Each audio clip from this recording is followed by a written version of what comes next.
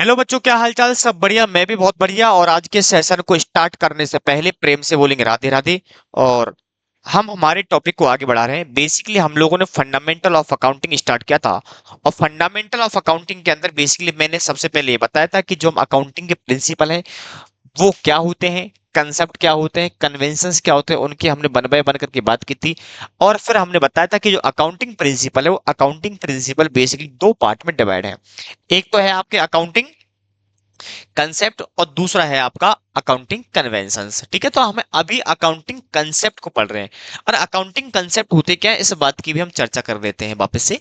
Accounting concept का मतलब है ऐसी कोई भी अजम्पशन, ऐसी कोई कंडीशन जिनको आधार बनाते हुए हमें अकाउंटिंग करनी होती है। ठीक है, देखो मैंने आपको ये भी बताया था कि जब भी हम अकाउंटिंग प्रिंसिपल की बात कर रहे होते हैं, अकाउंटिंग प्रिंसिपल हमारे दो जगह दे रखे होते हैं। एक तो था इंडियन अकाउंटिंग गैप है, दूसरा हमारे पास अकाउंटिंग स्टैंडर्ड। अकाउंटिंग स्टैंडर्ड में पर्टिकुलर स्पेसिफिक आइटम्स का ट्रांजैक्शन का ट्रीटमेंट दे रखा है, तो उसका ट्रीटमेंट हम एज पर एएस कर लेंगे, अकाउंटिंग स्टैंडर्ड के हिसाब से कर लेंगे।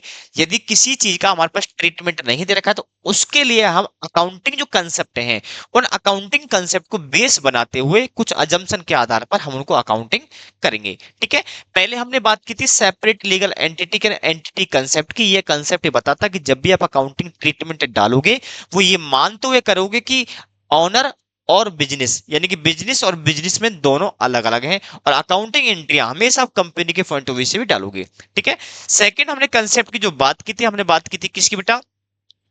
गोइंग कंसर्न कंसेप्ट की। गोइंग कंसर्न का मतलब है जब भी कोई असेट्स और लायबिलिटी का रिकॉर्ड होगा या जब भी हम अकाउंटिंग करेंगे तो अकाउंटिंग ये मानते हुए करेंगे कि बिजनेस हमारा लंबे टाइम तक चलता रहेगा। यानी कि जो हम ट्रांजेक्शन कर रहे हैं वो इस बेस पर करेंगे कि फ्यूचर में इसका हमें क्या मिलने वाला है, बेनिफिट मिलने वाला है।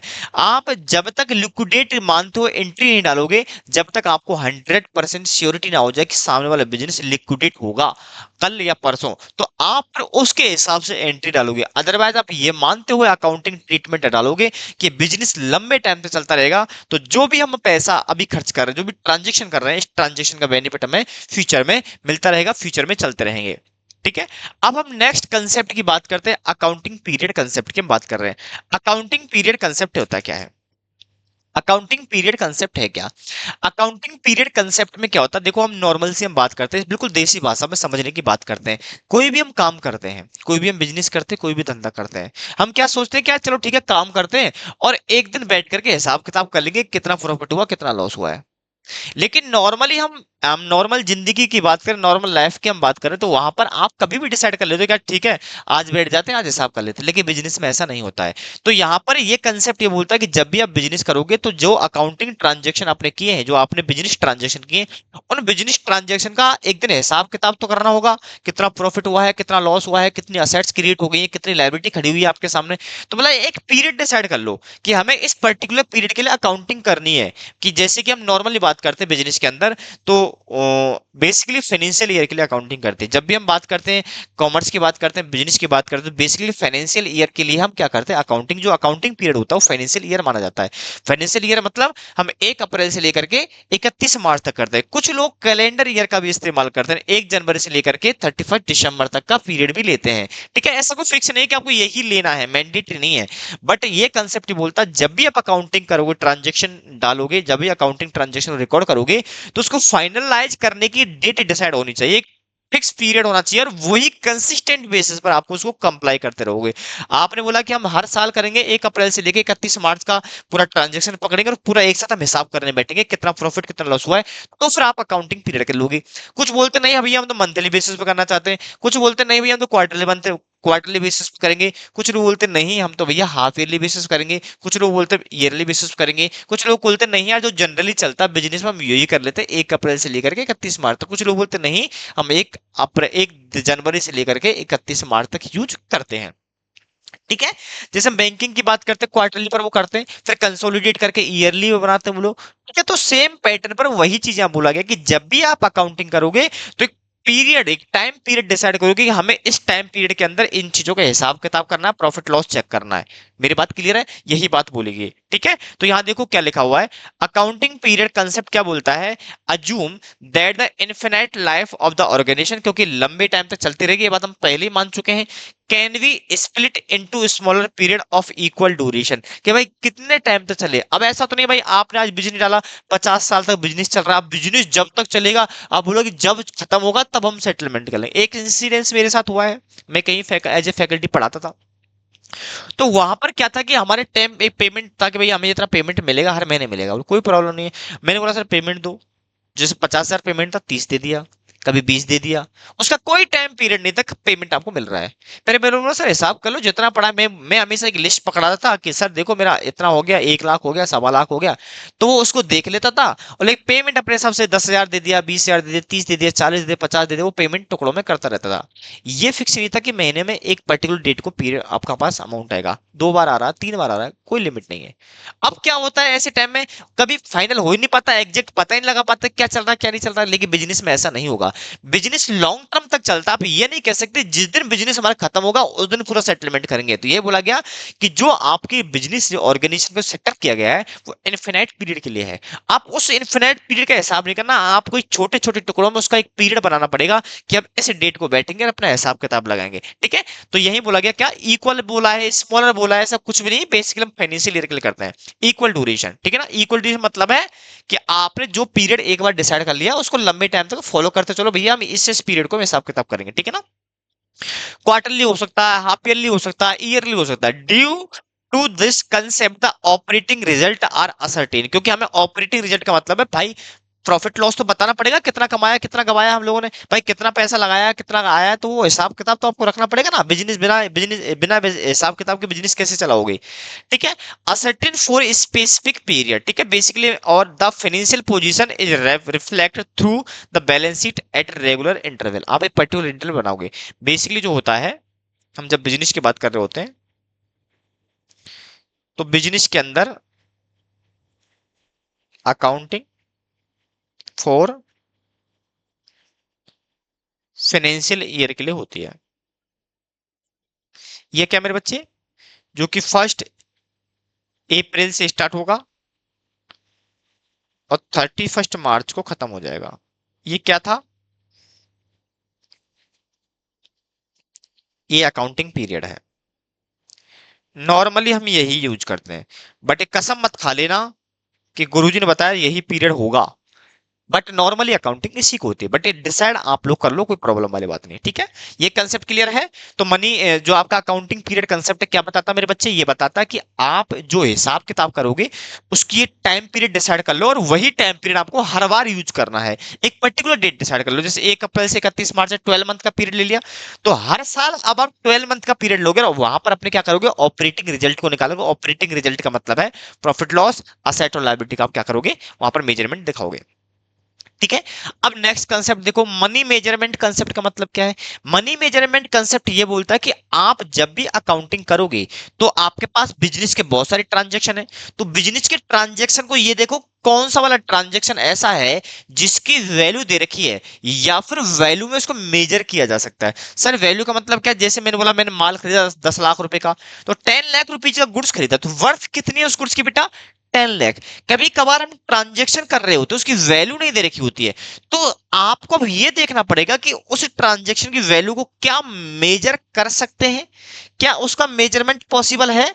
यदि मेजरमेंट कर सकते हैं तो उसकी भी रिकॉर्डिंग होगी। लेकिन कुछ ट्रांजेक्शन ऐसे होते हैं जिनका मेजरमेंट पॉसिबल ही नहीं है, तो लेकिन बिजनेस ट्रांजेक्शन है लेकिन उसका क्या नहीं है बेटा, मनी में मेजरमेंट करना पॉसिबल नहीं, उसकी वैल्यू नहीं निकाल सकते, तो उस केस के अंदर उस ट्रांजेक्शन को हम रिकॉर्ड नहीं कर सकते। तो ये कंसेप्ट क्या बोलता है, ऐसा बिजनेस ट्रांजेक्शन जो या तो पैसे में हुआ है, जिसका कैश में ट्रांजेक्शन हुआ है यानी मनी में ट्रांजेक्शन हुआ है, या फिर अभी मनी में उसकी वैल्यू नहीं निकाली लेकिन उसकी वैल्यू निकाली जा सकती है, उसका मेजरमेंट किया जा सकता है, उनको हम यहां पर रिकॉर्ड करेंगे। जैसे एग्जांपल यहां दे रखा है, ठीक है, जैसे बिजनेस में ऑन 3 लाख कैश कैश पड़ा है, 1500 kg ऑफ रॉ मटेरियल पड़ा है, क्या 1500 kg रॉ मटेरियल की वैल्यू निकाली जा सकती है, निकाली जा सकती है, तो इसका मतलब उसका वैल्यूएशन होगा। जैसे मैं आज छोटा सा एग्जांपल देता हूं, आपके कस्टमर की लॉयल्टी आपके असेट्स है, आपको बेनिफिट देती है। आपके कस्टमर में जितनी आपकी रेपुटेशन है, आपका कस्टमर जितना अच्छा बेस है, जितना बड़ी क्लाइंट बेस है आपका, वो आपको उतना बड़ा बेनिफिट देता है, असेट्स है। लेकिन क्योंकि उसकी हम मेजरमेंट नहीं कर सकते, उसका मेजरमेंट के कोई प्रिंसिपल्स नहीं है, इसलिए हम उसको दिखा नहीं सकते, उसको रिकॉर्ड नहीं कर सकते। लेकिन बेनिफिट तो मिलता है, ट्रांजेक्शन तो है, लेकिन हम उसका मेजरमेंट नहीं कर सकते। ठीक है, वही चीज एम्प्लॉय, एम्प्लॉय काम करते हैं, अच्छे बड़े बड़े हैं, हमारे पास क्वालिटी टीचर्स हैं, उनकी क्वालिटी अलग है, बेनिफिट मिलता, असेट्स है हमारे लिए।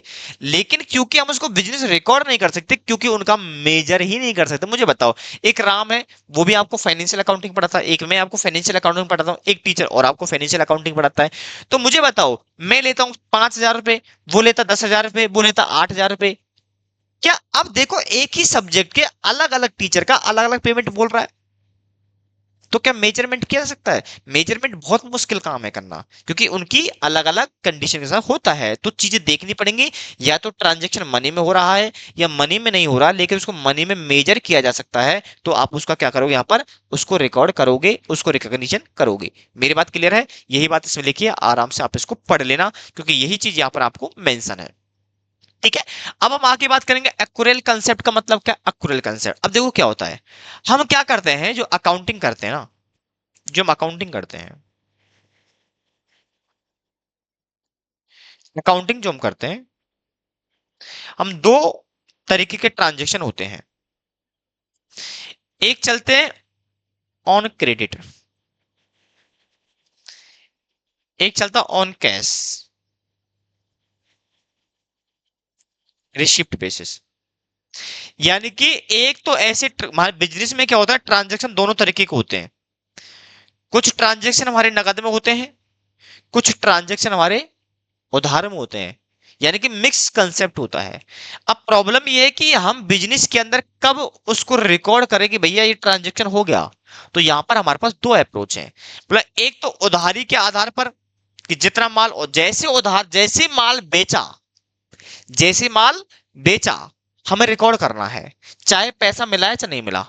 दूसरा तरीका यह है कि जैसे हमने माल बेच दिया हम रिकॉर्ड नहीं करेंगे, रिकॉर्ड हम जब करेंगे जब उसके पैसा हमारे हाथ में आ जाता है, जिसको बोलते हैं कैश बेसिस पर। ठीक है, इसको हम ऑन ड्यू बेसिस भी बोलते हैं, ड्यू बेसिस।